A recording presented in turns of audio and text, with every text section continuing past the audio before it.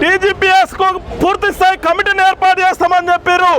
ఏర్పాటు చేసిన తర్వాత మొట్టమొదటిగా నిర్వహించినటువంటి పరీక్ష గ్రూప్ 1 పరీక్ష, దానికి ప్రిలిమ్స్ నిర్వహించి మెయిన్స్ పరీక్ష నిర్వహించారు.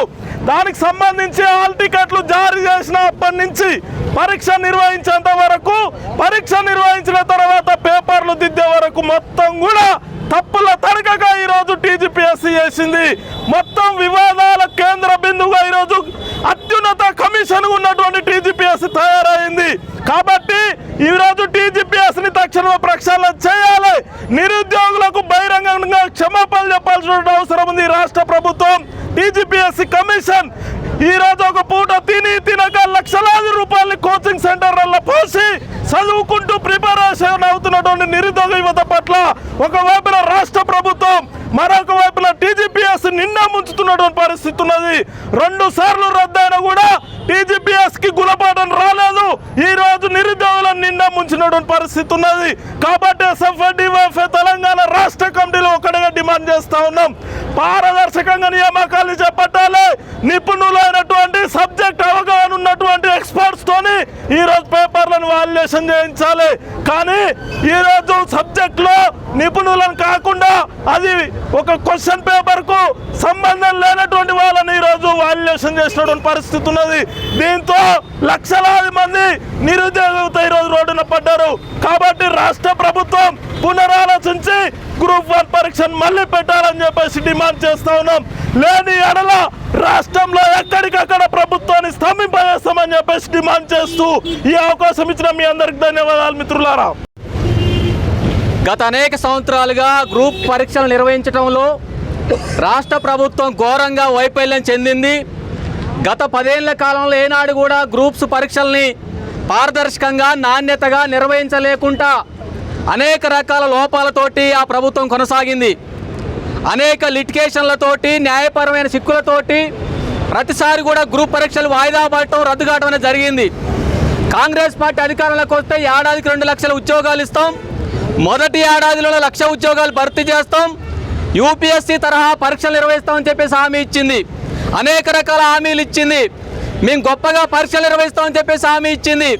గ్రూప్ 2 పరీక్షలు ఇవాళ అదొక జోక్గా మారింది. పరీక్షలు నిర్వహిస్తారా లేదా, ఇవాళ గ్రూప్ 2 పరీక్షలు నిర్వహిస్తారా లేదా, ఉద్యోగాలు వస్తాయా లేదా అని చెప్పేసి పెద్ద గందరగోళం ఇవాళ నిరుద్యోగ యువతలో ఈ రాష్ట్రంలో కొనసాగుతూ ఉంది. ఎందుకని ఈ విధంగా నిర్లక్ష్యం కొనసాగుతూ ఉంది? పరీక్షలు నిర్వహిస్తారా లేదా? గ్రూప్ పరీక్షలు అంటే మీకు ఏమాత్రం కూడా ఇష్టం లేదు, మీరు ఇప్పటికే పోస్టులు అమ్ముకున్నారని చెప్పేసి నిరుద్యోగులు ఆందోళన వ్యక్తం చేస్తూ ఉన్నారు. అదేవిధంగా మీకు నచ్చిన వాళ్ళకి పోస్టులు ఇచ్చారని చెప్పేసి ఇవాళ పెద్ద ఎత్తున చర్చ జరుగుతూ ఉంది. మీరు చేసిన గ్రూప్ 2 మూల్యాంకనం ఏదైతుందో అది అనేక రకాలుగా తప్పులు తడకగా కొనసాగింది. మీరు నచ్చిన వాళ్ళకి మీకు పేపర్లు ఇచ్చారని చెప్పేసి కూడా ఇవాళ పెద్ద ఎత్తున నిరుద్యోగులు ఆందోళన వ్యక్తం చేస్తున్నారు. కాబట్టి రాష్ట్ర ప్రభుత్వం ఏదైతే సుప్రీంకోర్టు తీర్పు ఇచ్చిందో దానికి కట్టుబడి మళ్ళీ మూల్యాంకనం చేస్తారా, పరీక్షలు నిర్వహిస్తారా రాష్ట్ర ప్రభుత్వం ఇవాళ చెప్పాలి. రాష్ట్ర ప్రభుత్వం ఇప్పటివరకు కూడా ఈ పరీక్షలు ఎందుకు రద్దు చేస్తూ ఉన్నారో, ఎందుకు వాయిదా వేస్తూ ఉన్నారని చెప్పేసి కూడా చెప్పట్లేదు. కాబట్టి హైకోర్టు డైరెక్షన్కి అనుగుణంగా వెంటనే మళ్ళీ పరీక్ష నిర్వహించాలని చెప్పేసి ఎస్ఎఫ్ఐ డిమాండ్ చేస్తూ ఉన్నాం. తెలంగాణ రాష్ట్ర కమిటీల ఆధ్వర్యంలో తెలంగాణ రాష్ట్రంలో టీజీపీఎస్సీ ఏదైతే పారదర్శకత లేకుండా గత 10 సంవత్సరాల నుంచి ఒక్కటంటే ఒక్క గ్రూప్ 1 పరీక్ష నిర్వహించలేని అసమర్థంగా తయారు కావడాన్ని నిరసిస్తూ ఈరోజు ఆందోళన కార్యక్రమాన్ని మనం చేపడుతూ ఉన్నాం. తెలంగాణ రాష్ట్రం వచ్చిన తర్వాత గత ప్రభుత్వం ఏమో మేము నిరుద్యోగులకి అనేక ఖాళీలు భర్తీ చేసినాం, మా ప్రభుత్వం ఈ చేసిందా అని చెప్పాడు. ఆ ప్రభుత్వం మీద పోరాటం చేసి జాబ్ క్యాలెండర్ వేస్తాం, గ్రూప్ 1 ఎట్ట నిర్వహిస్తావో, గ్రూప్ 2 ఎట్ట నిర్వహిస్తావో, గ్రూప్ 3 ఎట్ట నిర్వహిస్తావో, యూపీఎస్సీ తరహాలో పరీక్షల విధానాన్ని తెలంగాణ రాష్ట్రంలో అమలు చేస్తామని ఈ రాష్ట్ర ముఖ్యమంత్రి కాక ముందు రేవంత్ రెడ్డి ప్రకటించిండు. రేవంత్ రెడ్డి గారు ప్రకటించినట్టుగా యూపీఎస్సీ తరహాలో కాదు కదా, కనీసం అడావుడిగా కేవలం పరీక్ష పెట్టిందే అడావుడిగా. ఒక పక్క సుప్రీంకోర్టులో కేసు నడుస్తుండగా ఇంకో పక్క విద్యార్థులు పరీక్ష రాశారు. సుప్రీంకోర్టులో కేసులు ఉన్నాయి, హైకోర్టులో కేసులు ఉన్నాయి. ఈ కేసులన్నీ క్లియర్ చేయకుండా పరీక్షలు పెట్టి గందరగోళంగా తెలుగు మీడియం పేపర్లని తెలుగు రాణాలతో దిద్దిచ్చారు, ఇంగ్లీష్ మీడియం పేపర్లని ఇంగ్లీష్ రాణాలతో దిద్దిచ్చారు.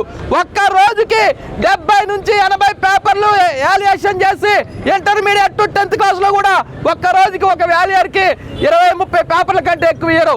కానీ ఒక్క రోజు 70 నుంచి 80 పేపర్లు గ్రూప్ 1 పేపర్లు వాల్యుయేషన్ చేసి ఈ రోజు ఒకతోకలు అక్రమాలు జరిగాయని కోర్టు పోయేలాగా చేశారు. అందుకే ఈ పారదర్శకత లేకుండా ఇచ్చినటువంటి ప్రభుత్వం టీజీపీఎస్సీలోనే ఖాళీలు ఉన్నాయి. టీజీపీఎస్సీలో చైర్మన్ తప్ప సభ్యులు తప్ప ఒక్కరు కూడా ఖాళీలు భర్తీ చేయలేదు. ఖాళీలను నింపే టీజీపీఎస్లోనే ఖాళీలు ఉంటే తెలంగాణ రాష్ట్రంలో నిరుద్యోగులు ఎవరిని అడగాలి?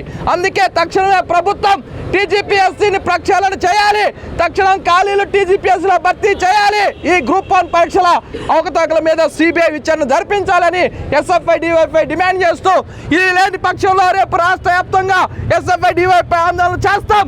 ఈ పేపర్ పరీక్షలు నిర్వహించి ఉద్యోగాలు ఇచ్చేంత వరకు పోరాడతామని తెలియజేస్తూ అందరికీ నమస్కారం తెలియజేస్తూ ముగిస్తూ ఉన్నాను.